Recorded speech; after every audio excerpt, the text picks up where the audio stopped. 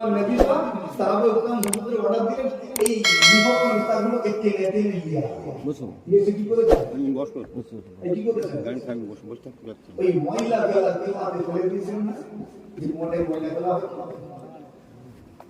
কেন গলা ওদেরকে তো কবর দেওয়া হতো এই কবর দিয়ে নদী সাজ দিয়ে জিয়ারত করে না করবেন কথা বলেন না কেন আজকের দিনে নবুদেরও ভক্ত আছে মোবাইল তো আপনারা খুলেন ফেরাউনেরও ভক্ত আজকে আছে মিশরে গিয়ে ফেরাউনের দরবার তো আসতে দুনিয়াকে পেয়ে বাস্তব বলছি মোবাইল খুলে ওর ভক্ত ভেঙে পড়ছে বলে আমাদের পূর্বপুরুষের কালচার আছে তাই কালচার আর কঠিন চলবে কালচারের দল দিয়ে কতদিন এবার এসো না সঠিক কথা ঠিক বলছি না আমিও তোর নাগর নামনি বলার আমরা শেষ করতে চাই যেটা বলতে চাইছি তো এই ময়লা বেলা তোমাদের ফেলে দেওয়া হয়েছে এটা ওই কুফার ইসরায়েলের ব্যাখ্যা নিয়েছে আপনার নেতাকে কেউ অপমান করলে আপনারা রাগ হবে না হবে রাগ হবে তো সবনের রাগ হয়েছে উমারের রাগ হয়েছে উমার বলছে আমার এত রাগ হচ্ছে যেন মনে হয় এখান থেকে মদিনায় গিয়ে মুহাম্মদকে হত্যা করবে উমারের বলছে কিন্তু আমার কিছু প্রতিবন্ধকতা আছে আমার কিছু ওজোর আছে কারণ আছে এই কারণে আমি যেতে পারছি না কি ওজোর কারণটা কি বলে আমার বাজারে কিছু ঋণ আছে এই ঋণের কারণে আমি যেতে পারছি না ঋণ পরিশোধ করার ক্ষমতা এই বর্তমানে আমার নাই যার কারণে আমি যেতে পারছি না আরো কারণ আমার পরিবারের দেখভালের দায়িত্ব আমার উপর আর আমার ছেলেটাও মুসলমানদের হাতে বন্দী করা কারণ দেখাবো দুটো প্রথম কি ঋণ আছে দ্বিতীয় পরিবারের দেখভালের দায়িত্ব আমার তৃতীয় আমার ছেলেটা বন্দী উমারের বলছে এই জন্য আমি যেতে পারছি না এখানে ভেঙে ভেঙে আলোচনা করবো প্রথমটা বুঝি একটু দরকার আছে আইয়ামে জাহিলিয়া যুগে মানুষেরা ঋণ থেকে পড়তে ভয় করতে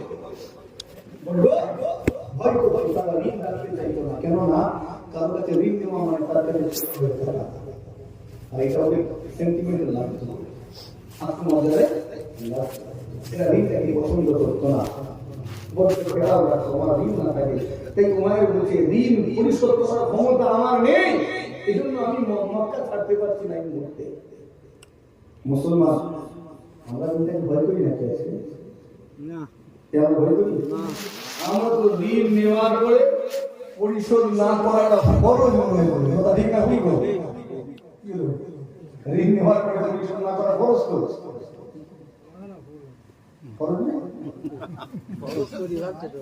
আমরা করে তাকে ঋণ দিয়ে দেখে টিকিটা পর্যন্ত খুঁজে পাবেন কোথায় গেল খুঁজলে খুঁজে পাবেননি ফোন করলেই বলবে এত ফোন করছি কেন তো টাকা নিয়ে পালাচ্ছি নাকি কোথা থেকে বলব হ্যাঁ তুই কি টাকা ধার দিয়ে মাথা কিনে ফেলেছি নাকি সবসময় ফোন করবি আমার ব্যাটারি শেষ হয়ে যাচ্ছে মনে হচ্ছে আব্বাস শরীর খারাপ আম্মা অসুস্থ তারাই মেডিকেল হয়ে গেছে চাচি মারা গেছে ইমার্জেন্সিতে আমি মিটিংয়ে বেরিয়ে এসেছি ভাই কথা ঠিক না বলবো আপনি বিপদে পড়ে যাবেন আল্লাহ উপকার করতে গিয়ে আমি বিপদে পড়ি এই জন্য কেউ ঋণও দিয়ে চাই না খবরদার মুসলমান জীবনে কিছু করি আর না করি খবরদার ঋণ রেখে কবরে যাওয়া তো দূরের কথা ঋণ রেখে মওতের সাথ কথা বলেন না কি বললাম কবরে তো পড়ে যাবে মওতের সাথ টানা টানা হয় ঋণ রেখে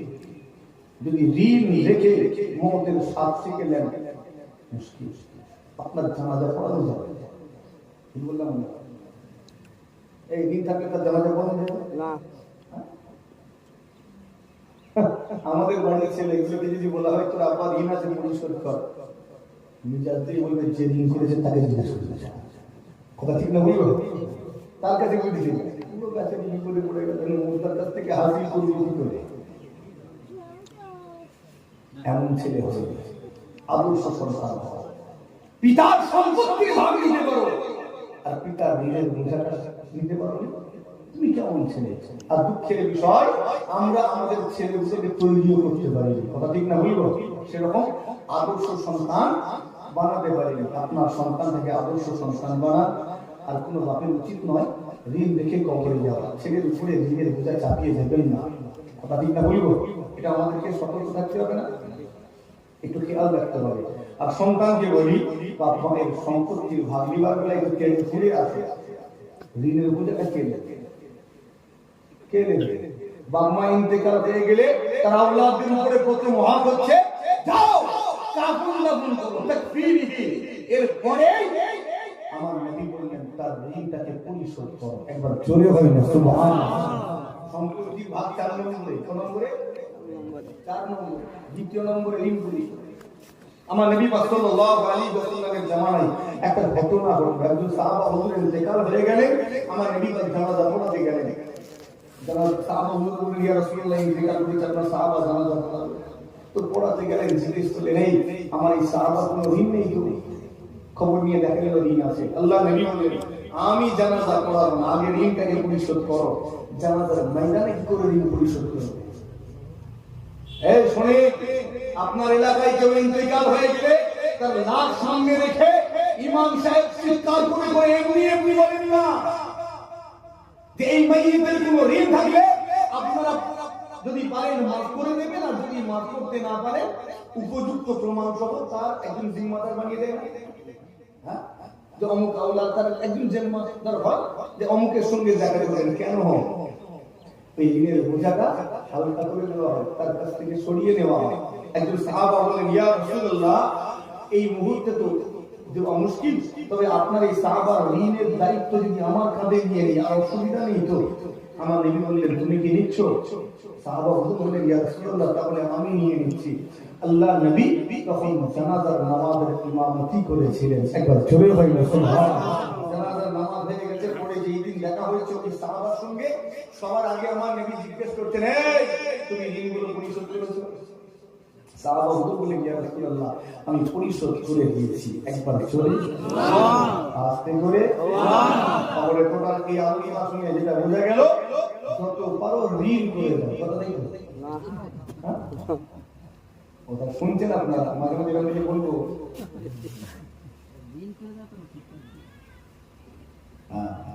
ঋণ যদি থাকে, আপনি নেকি নিয়ে গেছেন পাহাড় পরিমাণ, কবরে গেছেন, আপনার পাওনাদারদেরকে নেকিগুলো দেওয়া হবে। কথা ঠিক না? নেকিগুলো দেওয়া হবে। যারা যারা পাওনাদার আছে আয় নিয়ে যা, দিয়ে যা, দিতে দিতে দেখা যাবে নেকি শেষ আর নেই, এখনো পাওনাদার বাকি। এবার ওই পাওনাদারের গুনাহগুলো তুলে তুলে চাপানো হবে। হতভাগা নিয়ে গেলে নেকির পাহাড়, পড়ে গেল গুনাহের পাহাড়। কথা বুঝছেন? এবার কি করবে চিন্তা করেন। আইয়ামে জাহিলিয়া যুগের মানুষেরাও ঋণকে বদ্ধ ভয় করত। মায়ের বলে ও সাফওয়ান বাজারে আমার কিছু ঋণ আছে, ঋণ পরিশোধ করার সামর্থ্য আমার নাই, আমার পরিবারের দেখভালের দায়িত্ব আমার উপরে, তাদের দেখাশোনা করার মতো আমি ছাড়া অন্য কেউ নাই, আমার ছেলেটাও তো বন্দী হয়েছে, এই কারণে আমি এখন মদিনা যেতে পারছি না। সাফওয়ান বড্ড চালাক ছিল, সঙ্গে সঙ্গে বলে ও উমাইর তুমি চিন্তা করো না, তোমার ঋণের বোঝাটা আমার কাঁধে নিয়ে নিলাম, বাজারে তোমার যত ঋণ আছে আমি সাফওয়ান পরিশোধ করে দেব। আর তো কোনো অসুবিধা নেই, টেনশন করছিলে, ঋণটা দিয়ে তো আমি নিয়ে নিয়েছি, এখন কি যাও বেরিয়ে পড়ো।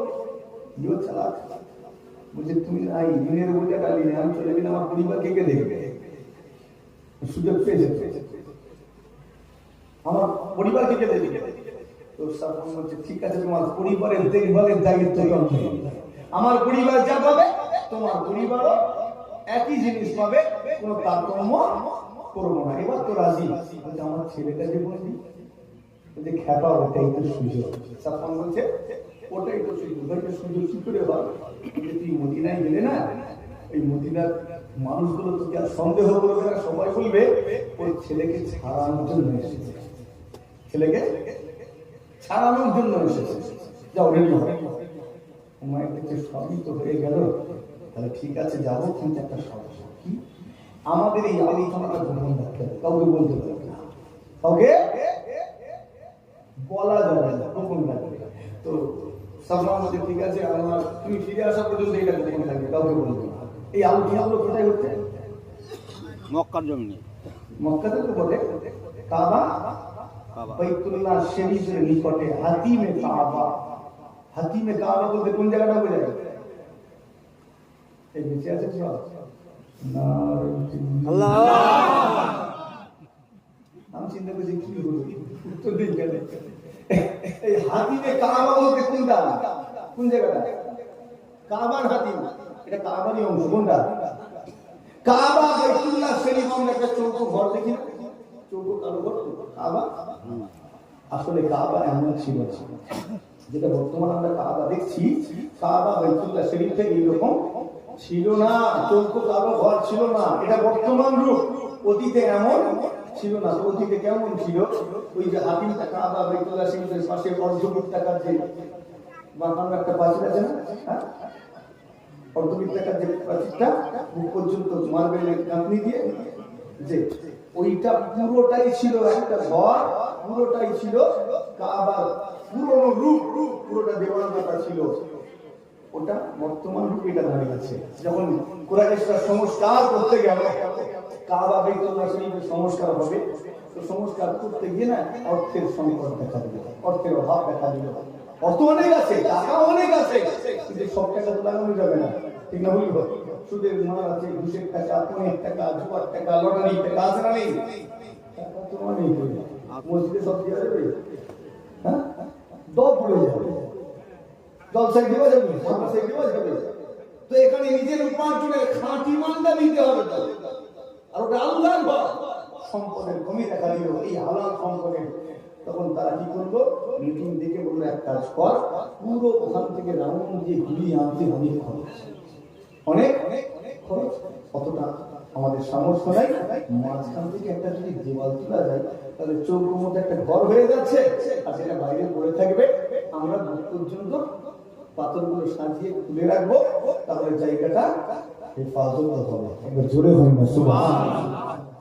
যে ব্যক্তিরা হাতিমে কাবা ভিতরে ঢুকে পড়লো, ওই ব্যক্তিটা যেন আল্লাহর কাবা বাইতুল্লাহ শরীফের ভিতরে ঢুকে পড়লো। কেননা হাতিমে কাবা এটা হলো কাবা বাইতুল্লাহ শরীফেরই অংশ।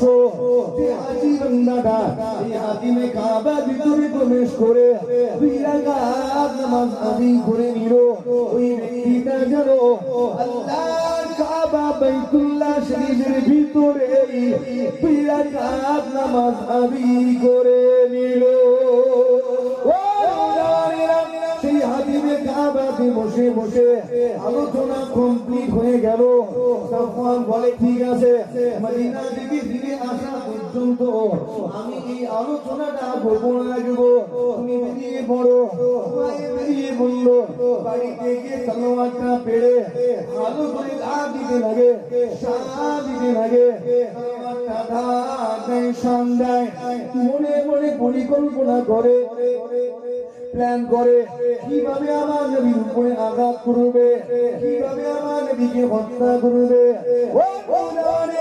এই চিন্তা করতে করতে হঠাৎ উমাইরের মাথায় চিন্তা চলে আসে, আমি যদি মুহাম্মাদের উপরে আমার এই তলোয়ার দ্বারা সঠিকভাবে আঘাত করতে ব্যর্থ হয়, মুহাম্মাদের কিছু হবে না, কিন্তু মুহাম্মাদের অনুসারীরা আমাকে ছেড়ে দিবে না,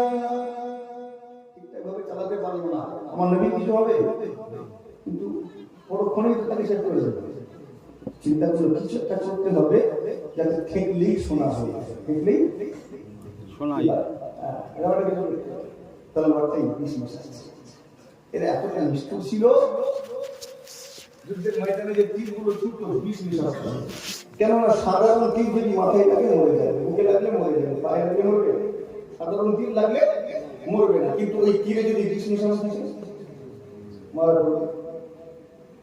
তলোয়ারে 20 নিশানা, কিছু পিয়ার কারণে মারা যাবে। এই জন্য একটু টেকনিক কাজ।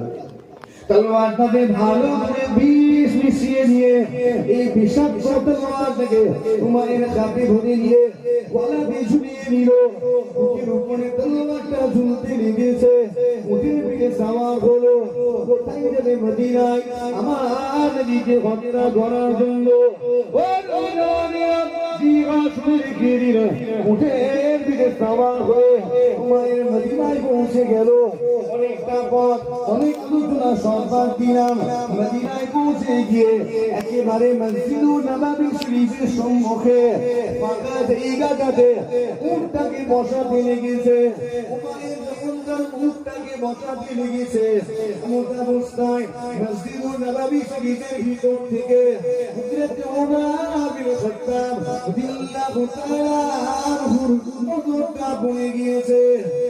ওমর, যে ওমর আমার নবীকে হত্যা করতে গিয়ে কালেমা পড়ে নিয়েছিলেন, যে ওমরের জন্য আমার নবী দোয়া চেয়েছিলেন, ও রাসূলুল্লাহ, হয় আবু জাহলকে হেদায়েত করুন অথবা ওমরকে হেদায়েত করুন। আল্লাহ হয় আবু জাহলকে হেদায়েত করুন অথবা ওমরকে হেদায়েত করুন, কেননা এরা ছিল মক্কার শক্তিশালী কুরাইশ নেতা। এদের পাওয়ার অনেক বেশি, এদের দাবদাবা অনেক বেশি। এদের দুইজনের একজনও যদি কালেমা পড়ে, ইসলামের শক্তিটা অনেক অনেক বেড়ে যাবে। আপনার কাছে আপনার এলাকার এমএলএ দাঁড়ালে আমার কমবে না বাড়বে? ধরা মুশকিল। এমনি গ্রামের মেহমান বাড়ি আপনাকে ধরা মুশকিল হয়ে যায়। ওদিকে আলোচনা করবি, ওদিকে আলোচনা করলে আমার কেউ ইসলাম লাগিয়ে দেবে, তুমি রাজনীতির কথা বলছে। আর এই মুহূর্তে বাংলার জমি বর্তমানে কি বলছে না, এই মুহূর্তে অনেক চিন্তা করে কথা বলছে। আমাকে তো ওই জন্য অনেক আমাকে কেন রাজনীতি কথা না, আল্লাহ আল্লাহ রসুল ওরা ঠিক না বলবো। আমি এটাই ভেবে অন্য কথা বলতে আনেনি আমাকে এই জন্য চেনেন না, আমাকে চেনেন কেন? ইসলামের জন্য চেনেন। তো আমি ইসলামের কথা বলতে এসেছি, ঘুরিয়ে ফেলে হবে সে আলোচনা আলাদা দিক। আমি যেটা বলতে চাইছি, তো এই ঘটনা যখন ঘটছে হযরত ওমর বিন খাত্তাব করতে গেছে, উনি ওমরের কথা বলছি, যার জন্য আমার নবী দোয়া করেছেন। ও আল্লাহ ভগবান নবী পাকের এই দোয়াটা ওমরের জন্য কবুল করে নিয়েছিলেন। ওমর ইবনে খাত্তাব যখন কালেমা পড়তে গেলেন, আমার নবীকে হত্যা করতে গিয়েছেন, সবাই জানাচ্ছে হত্যা করতে গিয়ে কি করেছেন? কালেমা পড়েছেন। জোরে বলুন সুবহানাল্লাহ। যেদিন কালেমা পড়েছেন মুসলমানেরা বড় খুশি, এত আনন্দিত। এদের আনন্দ দেখে মানুষ মনে করলো আজকে মুসলমানদের কোন আনন্দ উৎসবের দিন। একবার জোরে হয় না সুবহানাল্লাহ। ভালো করেছেন। তিনি বিচক্ষণের জন্য নেতা ছিলেন, কুরাইশ নেতা, বিচক্ষণ নেতা, লম্বা তাগড়া মানুষ, মেটে মানুষ নয়। তার বিষয়ে বলা হলো সমস্ত লম্বাদের ঘাড়ে বুদ্ধি ইল্লা ওমর, ওমর ছাড়া। আস্তে আস্তে সুবহানাল্লাহ। এই লম্বা মানুষের কথা বাংলার প্রবাদ আছে না,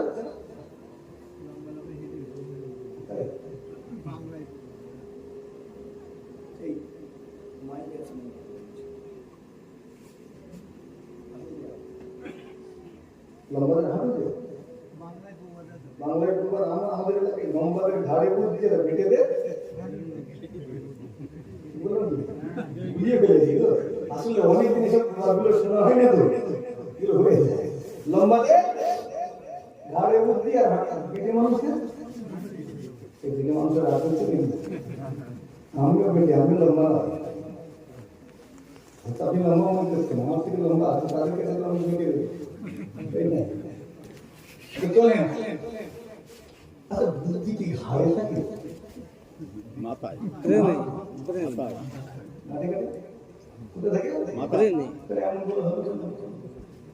একদল বলছে ঘাড়ে, একদল বলছে কাঁধে। কোথা থেকে? বুদ্ধি তো এই মাথা দিয়ে থাকে। এমনই করে কেন? কারণ আছে, কারণ লম্বা মানুষগুলো চটচট করে বেড়ে গেছে বেচারি কাছে পাকার টাইম, পাকার টাইম হাইট বেড়ে গেছে। তো ওর সমবয়স্ক যারা লেভেল একটু তো যখন একসঙ্গে অভিযোগ করছে খোঁজ কেমন করছে গ্রামের মুরব্বীরা তখন সবাইকে ছেড়ে দিয়ে লম্বাটাকে বলে কি এত বড় হয়ে গেছে এত দুষ্কর্ম করছিস তো চিন্তা করছে সত্যি না আমি বড় হয়ে গেছি আবার ওদের সঙ্গে অভিযোগ করছে এরকম 4-5 বার হওয়ার পরে ও নিজেকে ভেবে নিল আমি সত্যি বড় হয়ে গেছি আসলে গাছেরই পাকার টাইম কথা ঠিক না আর আমার মধ্যে এরা তো সব দলেই আছে হ্যাঁ বয়স্কদের দলেও আছে বয়স্করা বলছে খেপা ওর হাইট দেখিস নি আমাদের বয়সে বলে দেখে তো আর বাচ্চাগুলো তো হাইট দেখে বলে হাইট দেখে বলছে আমাদের তো এই সব স্তরে মিশতে পারে এই জন্য বুদ্ধিটা বেশি দরকার মানুষ তো সব জায়গায় না হাইট বেড়ে গেছে এই বয়স্কদের দল থেকে ছুটে গেছে ওটা ঠিক না এই জন্য হাজরত ওমর বিন খাত্তাব সম্পর্কে বলা হলো সব লম্বাদের ঘাড়ে বলতে কিন্তু ওমর ছাড়া চার বিষয়ে কথা বলা হচ্ছে জানতে হবে তিনি কোনো হ্যাবলা মানুষ না তিনি বিচক্ষণ দূরদর্শী একবার জোরে হয় না আর জোরে হয় না সেই ওমর বিন খাত্তাব রাদিয়াল্লাহু তাআলা আনহু লম্বা তাগড়া একজন মানুষ মসজিদে নববী শরীফে বসে বসে সাহাবারা হুজুরকে নিয়ে আলোচনা করছিলেন আনসারী সাহাবা হুজুরকে নিয়ে আলোচনা কিসের আলোচনা এই বদরের আলোচনা কেননা সবে মাত্র বদর পার হয়েছে আল্লাহ এই বদরে অল্প সংখ্যককে জয় যুদ্ধ করেছে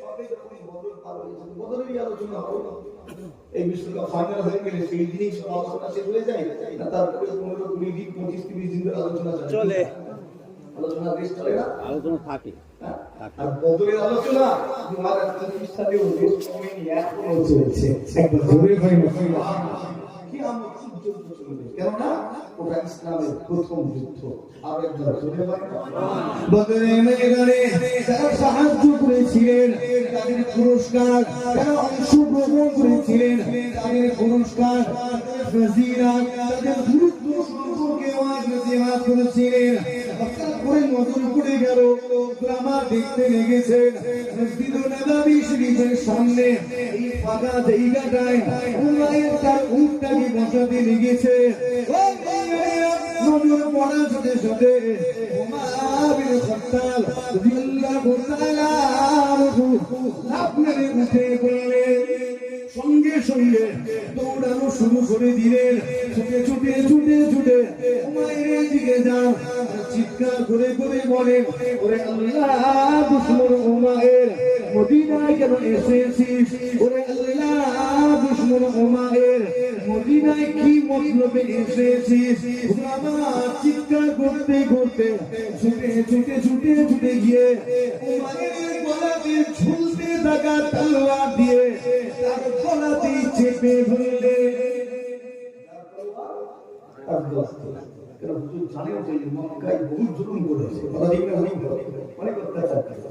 আজকে ভাবে বিচক্ষণ ছিলেন দূর থেকে যখন দেখেছেন ওমাইরের গলায় তলোয়ার ঝুলছে এটা দেখে বুঝতে পেরে গেছেন বেচার মতলব কত বিচক্ষণ বুঝতে পারছেন এক নজর তাকিয়ে বুঝতে পেরে গেছেন কেননা গলায় তলোয়ার ঝুলানোটা ভালো লক্ষণ ছিল এটা দেখি বুঝতে পেরে এতটাই দূরদর্শী এতটাই বিচক্ষণ ছিলেন ওই অবস্থায় দাঁড়িয়ে দাঁড়িয়ে আনসারী সাহাবা হুজুরের ওয়াদা করলেন আমার নবী আনসারী সাহাবারা তোমরা এখনই আমার নবীর কাছে চলে যাও আমার নবীকে চারিদিক থেকে ঘুরি ঘুরি ঘিরে আমার নবীকে গ্রাস দিতে থাকো কেননা মক্কার মানুষদের কোনো বিশ্বাস নাই এদের কোনো ভরসা নাই এরা যা খুশি তাই করতে পারে ওমর বিন খাত্তাব মক্কার মানুষদেরকে হাড়ে হাড়ে চেনেন তাদের চরিত্র সম্পর্কে ওয়াকিবহাল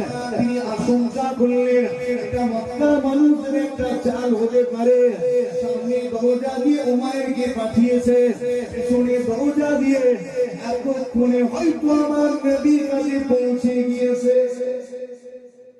নেতা তো ভালো কথা বলে না কেন তার চিন্তাটা কেমন বুঝতে পারছেন ওই অবস্থায় তিনি আশঙ্কা করছেন যে এটা একটা চাল হতে পারে আমরা ওনাকে নিয়ে যাচ্ছি তাকে পিছন করে যদি কাজ মিটিয়ে পাওয়া তুমি আমার নবীর কাছে চলে যাও আনসারী সাহাবারা ছুটে ছুটে গিয়ে আমার নবী পাকের চারিদিক থেকে গোল করে ঘিরে কাটতে লাগে একবার চলে বলুন সুবহানাল্লাহ তারা আমার নবীকে কত ভালোবাসত কত মহব্বত করেছেন নিজের জান চলে যাবে আমার নবী পাকের জন্য কিছুই না হয় একবার জোরে হয়ে সুবহানাল্লাহ এইরকম মহব্বত করেছেন খবর দেওয়া হলো ইয়া রাসূলুল্লাহ আল্লাহ দুশমন ওমানে এসেছে তার লড়াই চলিয়ে এসেছে ওমর তাকে তার তলোয়ার দিয়ে চেপে ধরেছে আমার নবী সাল্লাল্লাহু আলাইহি ওয়াসাল্লাম সঙ্গে সঙ্গে ওই আনসারী সাহাবা হুজুরকে দিয়ে বলে পাঠালেন আমার সাহাবারে তুমি ওমরের কাছে চলে যাও ওমরকে গিয়ে বলো সে যেন ওমরকে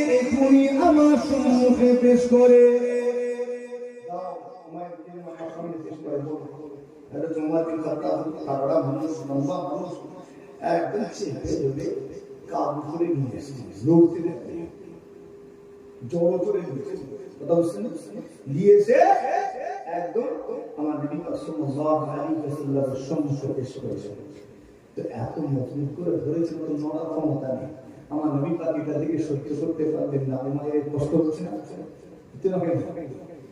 এই কষ্টটা আমার নবী সহ্য করে না আল্লাহ আমার নবীকে রাহমাতাল লিল আলামিন বলেছেন একবার জোরে ওমা আরসালনাকা ইল্লা রাহমাতাল লিল আলামিন আমি আল্লাহ আপনাকে तमाम আলামের জন্য দয়ার সাগর করে পাঠিয়েছি জোরে বলুন সুবহানাল্লাহ কেমন দয়ার সাগর নবী আমার দুশমনের উপরে দয়া দেয় দুশমনের উপরে আমরা পারব না এমন দয়ার সাগর নবী আমার আমাদের গৃহপালিত পশুগুলোর উপরে দয়া দেখানো শেখালেন একবার জোরে বলুন সুবহানাল্লাহ গৃহপালিত পশুগুলোর কি আমরা খেয়াল রাখি না রাখি হ্যাঁ বিড়াল পিষেছো সব করেছো 70 বার মুখের মুড়াই খাওয়া হয় একবার জোরে বলুন সুবহানাল্লাহ আমি এটা মোবাইলে দেখছিলাম আপনারা দেখেছেন কিনা জানি না বাইরের দেশে কোন এক জায়গায় কবর দেওয়া তো কবরের ঠিক বুকের কাছটা নাই একটা গর্ত মতো আছে সব গিয়ে দিকে যে পানি হয় তাহলে দেখেছেন হয়তো জানি না পানি হয় তো জিজ্ঞেস করা হলো পানিটা কেন লাগে তো তাকে বলা হলো এই পানিটা ঢালা হচ্ছে কেননা এই অঞ্চলে এই গাছপালা আছে অনেক পাখি আছে তো তাদের পান করার জন্য এই এগুলোকে পানি ঢেলে রাখা হচ্ছে যাতে ওই পাখিগুলো সেখানে পানিটা খেতে পারে এটাও একটা সাদাকা একটা ছিল এটা সাদাকা এটাও একটা সাদাকা তো তখন ওটা থেকে আমার মনে একটা আইডিয়া এলো আপনাদের খুব বলি আপনাদের সুবিধা আমার বাড়ির ছাদে কিছু গাছ লাগাচ্ছি এটা সব বলা ঠিক না মন ভালো হয় দেখলে সবুজের সবকিছু পানি চারপাশটা বাসকে বানায় ভর্তি করে রেখে উদ্দেশ্য কি পাখিরা পরে এসে পানিটা খাবে এটা একটা নাজাতের ওসিলা হতে পারে একটা জোরে বলবো আপনাদের সাথে শেয়ার করলাম উদ্দেশ্য এটা মানে যে আমি আমার বড়াই দেখা গেছি না শেয়ার করার উদ্দেশ্য যার ভালো লাগবে গ্রহণ করবে তা আইডিয়াটা পাওয়া যাবে তাহলে কি বাড়ির সাথে বালতি করে পানি রেখে দেওয়া পাখিগুলো আসবে তারা পানি পান করবে এটা হতে পারে না পানি এটা একটা এটা নাজাতে ওসিলা হতে পারে মনে নেই সেই কবরে জাহান্নামে আগুনে জ্বলছে কবরে মেয়ে কি করবে নেমে গিয়ে সেই পানি শেষে দিয়েছিল এই ঘটনা শুনেছেন না শুনে নিও আর ভুলে গেছে বহু দিন আগে শোনা তো ভুলে গেছে বেশি লম্বা করে মনে করাতে পারবো না মেয়ে তখন বাপের মাতৃরাতের উদ্দেশ্যে কি করবে কিছু নেই নেমে গেছে একটু পানিতে নেমে গেছে গিয়ে একটা খোঁড়া ব্যাঙ ছিল মনে হচ্ছে নামতে পারছে রে পানি খাবে এখান থেকে হাতে ধরে 3 বার পানি ছেঁচে দিল ওই পানিটা ব্যাঙের মুখে পড়ল ব্যাঙের পিপাসাকে আল্লাহ মিটিয়ে দিলেন আর এই পিপাসা মেটানোর কারণে আল্লাহ বাপের হাসাতটাকে মাফ করে দিলেন একবার জোরে বলুন সুবহানাল্লাহ এই ঘটনা দিকে শুনেননি আপনারা মনে করতে পারে একটু হ্যাঁ না বলেন না ঘটনা শোনা নেই না শোনা নেই এই ঘটনা শোনা সিমন ঘাম চলা দেখা মোহাম্মদ লাভে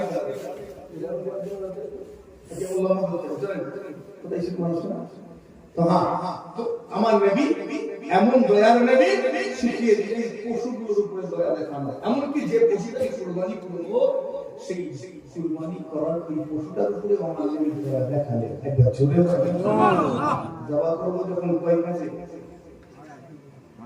কেন আমি তো 60-65 বার মারতে পারতাম মোটা ছড়িয়ে হ্যাঁ আমার নবী বললেন সেবা করবে পশুটাকে কষ্ট দিও না মোটা ছড়িয়ে গিয়ে যেমন ছোটাটাকে হাত দিয়ে নাও তাড়াতাড়ি করো যাতে ওই পশুটার কষ্টটা কম হয় একবার জোরে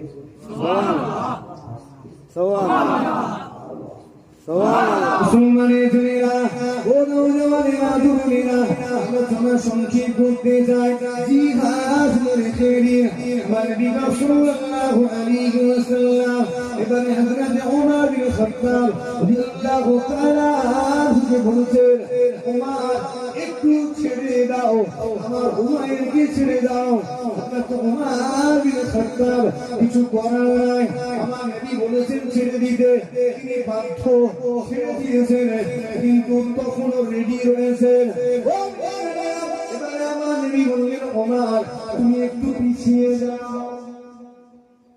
পিছিয়ে যাও ইয়া রাসূলুল্লাহ এর কাছে তলোয়ার আছে মক্কার মানুষ অনেক জুলুম করেছে পিছিয়ে আসবে যা খুশি করছে বলে আমার নবী বললেন পিছিয়ে যাও ওমর মাচার পিছিয়ে গেলেন কিন্তু তখন রেডি আছেন এটা বললেই বললেই ক্যাপ করেছে আমার নবী উমারকে ডাকলেন সামনে দিকে আগিয়ে আসো উমার একটু আগিয়ে এলো উমার ফারুক করে সামনে এসেছে এই উমার আরেকটু আগিয়ে এসো আগিয়ে এলেন এবার আমার নবী জিজ্ঞেস করেছেন বল মদিনায় কেন এসেছে সেখানে অনেক আলোচনা আছে সব বাদ দিয়ে মূল অংশটুকু যেহেতু শেষ করতে চাই মাঝখানে আলোচনা সব বাদ দিয়ে দিলাম কিছু আলোচনা আছে তো কেন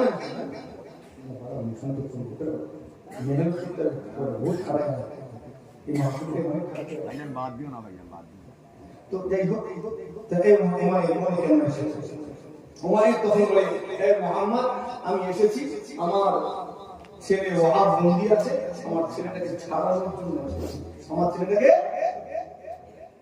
ছাড়ানোর জন্য এসেছি আমার নবী বলছে উমায়ের চিৎ করে বলো কেন এসেছো তখন একটু পাওয়ার দিয়ে বলছে বললাম তো আমার ওয়াহাব বন্দী আছে তাকে ছাড়ানোর বিষয়ে আলোচনা করতে এসেছি আচ্ছা তুমি যে আলোচনা করতে গেলে তোর মনে বুঝতে পারছো প্রশ্ন আছে না হ্যাঁ কমন সেন্স আছে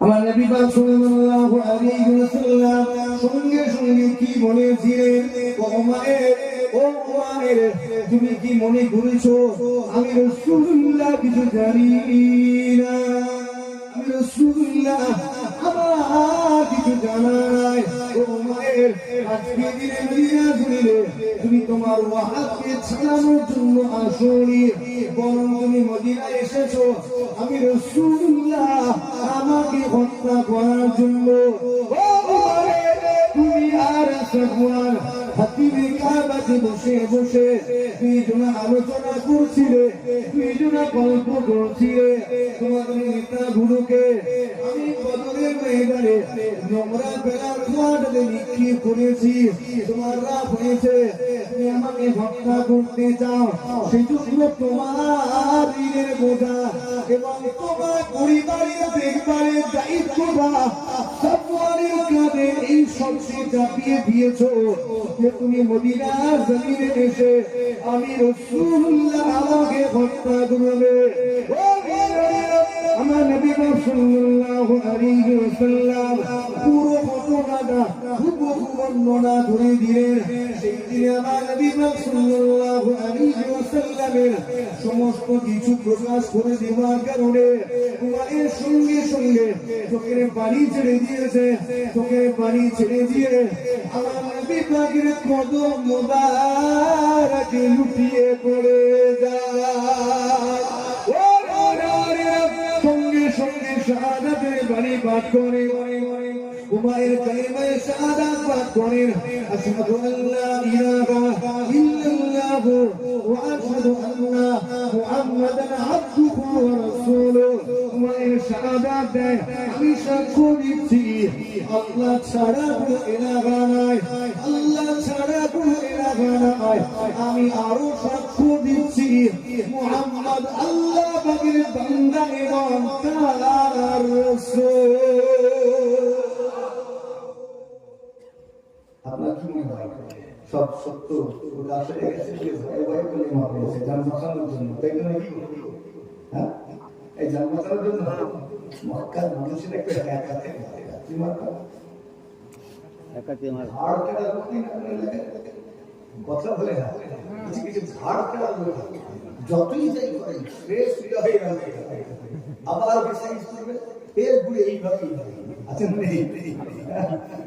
আমরা অনেক সময় বলি এক বলে না, তো মক্কার মানুষের সঙ্গে এক বেটাই যেদিকে টান ভেবে চলে ওই দিকে মুশকিল।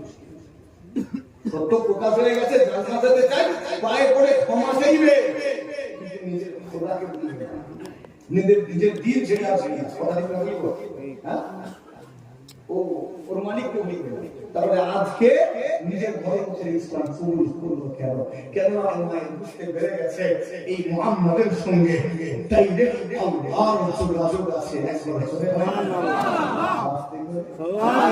এজন্যই শাহাদাত দিয়েছে আপনি আল্লাহর বান্দা এবং তার রাসূল। যিনি বলেন ও বুঝতে পেরে কেননা হুমায়ুন বলতে লেগেছে, ইয়া রাসূলুল্লাহ ইয়া হাবিবাল্লাহ, আমি আর সাফওয়ান হাতিমে কাবাতে বসে বসে যে আলোচনাটা করেছিলাম, এই আলোচনাটা আমি আর সাফওয়ান ছাড়া পৃথিবীর তৃতীয় কেউ জানে না। আমার সাফওয়ানের মধ্যে এই চুক্তি হয়েছিল, আমরা এটা গোপন রাখবো। আমি মদিনায় আছি, আমি তো আপনাকে বলিনি, আপনার মক্কায় আপনাকে বলতে পারে না, সম্ভব নয়। এখন আপনি জেনে গিয়েছেন বলে দুনিয়ার কোনো মানুষ আপনাকে জানাতে পারে না।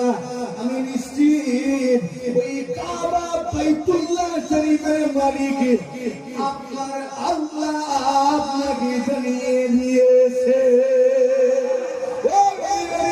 হুমায়রান বলেছিল, ইয়া রাসূলুল্লাহ ইয়া হাবিবাল্লাহ, সেই দিন মক্কা জমিনে আপনার যদি যে আয়াতগুলো নাযিল হতো, আমরা সেগুলো নিয়ে আপনাকে অপমান করার চেষ্টা করতাম, আপনাকে আমরা অপদস্থ করতে চাইতাম, ইলজাম দিতাম। দেখো দেখো দেখো মুহাম্মদ কেমন বানিয়ে বানিয়ে নিজের মন গড়া কথাগুলো কবিতার আকারে আমাদের সামনে পেশ করে আর আল্লাহর নাম দিয়ে চালিয়ে দেয়। দেখো মুহাম্মদ বানিয়ে বানিয়ে কবিতার মতো কিছু কথা বলে আর বলে এটা আল্লাহ। অ্যাকচুয়ালি এগুলো আল্লাহর কথা নয়, এগুলো মুহাম্মদের বানানো কথা। এটা মক্কার বুখারী বলে সেটা বলতো না, বলতো তুমি এগুলো বলতো। আল্লাহ চ্যালেঞ্জ থেকে শুনে দিলেন আমাদের কাছে, ঠিক আছে মুহাম্মদ বানিয়ে বলছে তো তোমরা বানাও না, তারা তো সুরাতুল মুসলিম এরকম একটা সূরা বানিয়ে দেখো, পুরো কোরআনের সৃষ্টি চাপা জাম হয়ে গেল, মুখটা পুড়ে গেল, অপমান অপদস্থ হয়ে গেল। একবার জোরে বলি না সুবহানাল্লাহ। আমি লম্বা করতে চাই না, যেটা বলতে চাইছি গানে তোমার বলছে সেই আপনার যে আয়াতগুলো নাযিল হতো, আমরা বলতাম বানিয়ে বানিয়ে আর ভালো করে কোরআন শরীফটা বলে আল্লাহ পুরো কোরআন শরীফ থেকে কবিতার মতো বলি নাযিল করেছেন। একবার জোরে বলি না সুবহানাল্লাহ। কবিতার জন্য ছন্দে মিল থাকে না, ছন্দে ছন্দে আল্লাহ নাযিল করেছেন। কুল আউযু বিরাব্বিন নাস, মালিকিন, শেষে মিল আছে না ইলাহি মিন শাররিল ওয়াসওয়াসিল সুন্দর মিল আছে বিজানা ছন্দে মিল আছে না কুল আউযু বিরাব্বিল ফালাক মিন শাররি মা ফালাক মিল আছে না কুল ইয়া আইয়ুহাল কাফিরুন লা আ'বুদু মা। কত সুন্দর পুরো কোরআন শরীফটা করে একটা মুজিজা আল্লাহ কবিতার মধ্যে করে নাযিল করেছে। একবার জোরে বলি না সুবহানাল্লাহ, আরো জোরে হয় না। মায়ের বলছে সেই দিনে আমরা বলতাম মুহাম্মদ বানিয়ে বানিয়ে বলছি, আজকে স্বীকার করছি ওটা আপনার বানানো কথা ছিল না, ওটা আল্লাহ পাকের তরফ থেকে কালামুল্লাহ, আল্লাহর কথা ছিল। একবার জোরে হয় না, আরো জোরে হয় না। আরো বলছি ইয়া রাসূলুল্লাহ, আল্লাহ আমার ভালো চান, আল্লাহ আমার ভালো চান। এজন্য ওই মক্কার জমিন থেকে দাঁড়িয়ে দাঁড়িয়ে এলে আমাকে আপনার কদম মোবারকে পৌঁছে দিয়েছেন। জোরে হয় না সুবহানাল্লাহ। উমাইর বলছে ইয়া রাসূলুল্লাহ, আমাকে আল্লাহ ভালো চান বলে আপনার কদমে ফেলে দিয়ে কালেমা পড়িয়েছেন। আল্লাহর কাছে শুকরিয়া। উমাইর কালেমা পড়ে নিল। এতটুকু এরপরে আলোচনা হচ্ছিল লম্বা করবি হাঁপিয়ে যাচ্ছি, সংক্ষেপ করে সেই বেলায় বলে দিতে। উমাইর কেন এসেছিল? মদিনায় হত্যা করতে এসেছিল। আর একটা সঙ্গে মিশাচ্ছে তার সঙ্গে আমার নবীকে হত্যা করতে এসেছিল ওমর, কিন্তু কালেমা পড়ে নিয়েছিল। জোরে বলেন সুবহানাল্লাহ। আমরা জোরের সঙ্গে মিলছে ওমরের সঙ্গে এসেছিল হত্যা করতে, কবরে ঢুকিয়ে পড়ে কালেমা পড়ে নিয়ে। একবার জোরে বলেন সুবহানাল্লাহ। পরবর্তী আলোচনা শুরু থাকবে অনুষ্ঠান সমাজে আসেন। আল্লাহ হাবিবের দরবারে সালামে নজরানা পেশ করে নিয়ে নবী সালাম।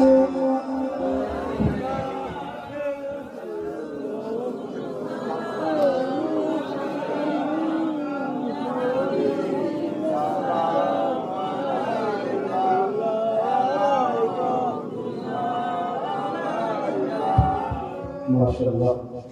সালাম আল্লাহ হাবিবের দরবারে যে সকল পুরুষ মানুষের পায়ের মাটির নিচে কাপড় আছে চেষ্টা করে ভুলে যাওয়ার সময়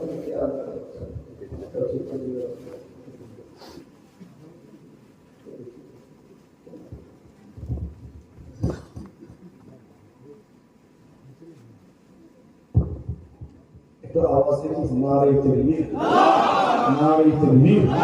সিলসিলা আহমদ মুজাহিদের জামান আল্লাহ পীর আমার সিলসিলা ঘুমিয়ে পড়েছিল বলেন জিন্দাবাদ। আল করে ফেলেছে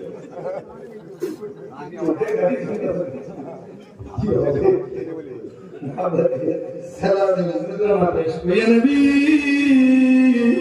সালাম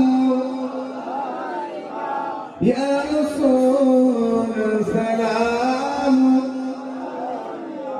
ইয়া হাবিব সালাম।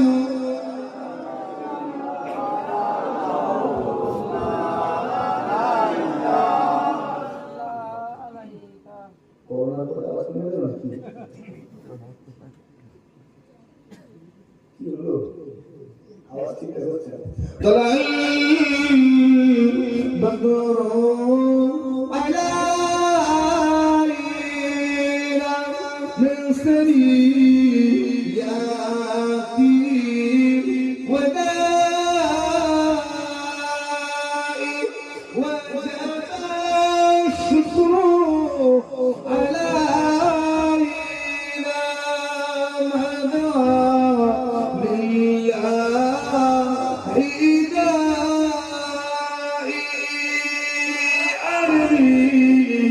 سلام يا رسول سلام يا حبيب سلام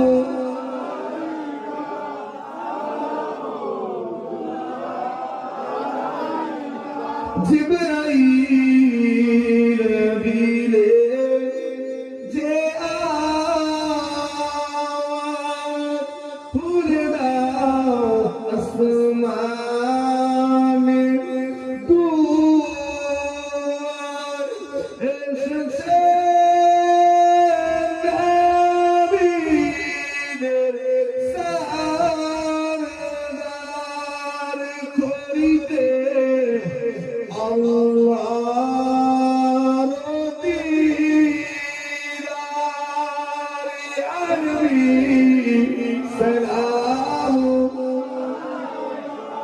يا رسول سلام يا حبيب سلام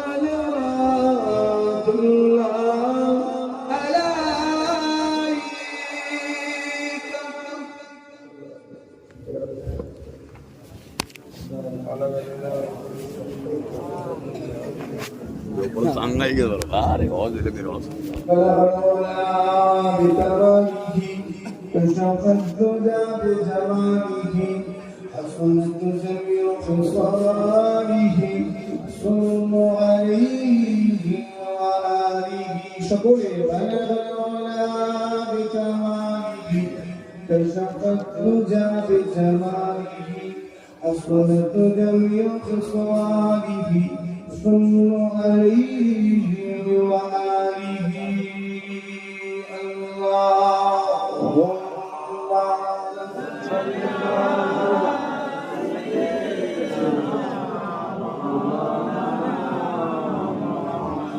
وعلى آل سيدنا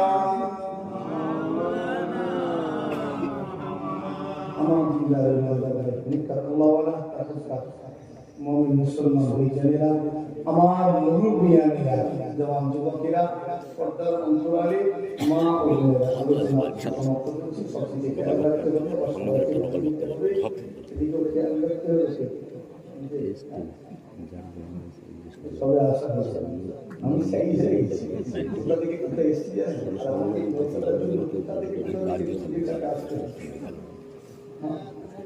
আজকের দিনে না মানে এখানে আসার প্রত্যেকবার আমাদের গরুগুলিতে আসতে হয় না মানে ওই থেকে ফেড়ে ফুড়ে আসতে হয় মাথা খারাপ হয়ে যায় কোনটা দিয়ে খালি রাত হয়ে যাচ্ছে ভাইজান আরো 10 মিনিট লেট হলে ভালো হতো হ্যাঁ 10 মিনিট লেট হলে ভালো হতো আমি যেখানে ছিলাম না আমি জানি মানে সবাত মোলাদের কাছে সবাত মোলাদের আমার খারাপ হাতই আমি জানি আমি চিন্তা করছি তাড়াতাড়ি মিটিং যেতে পারবে ভাঙড়ে যাবে বলছি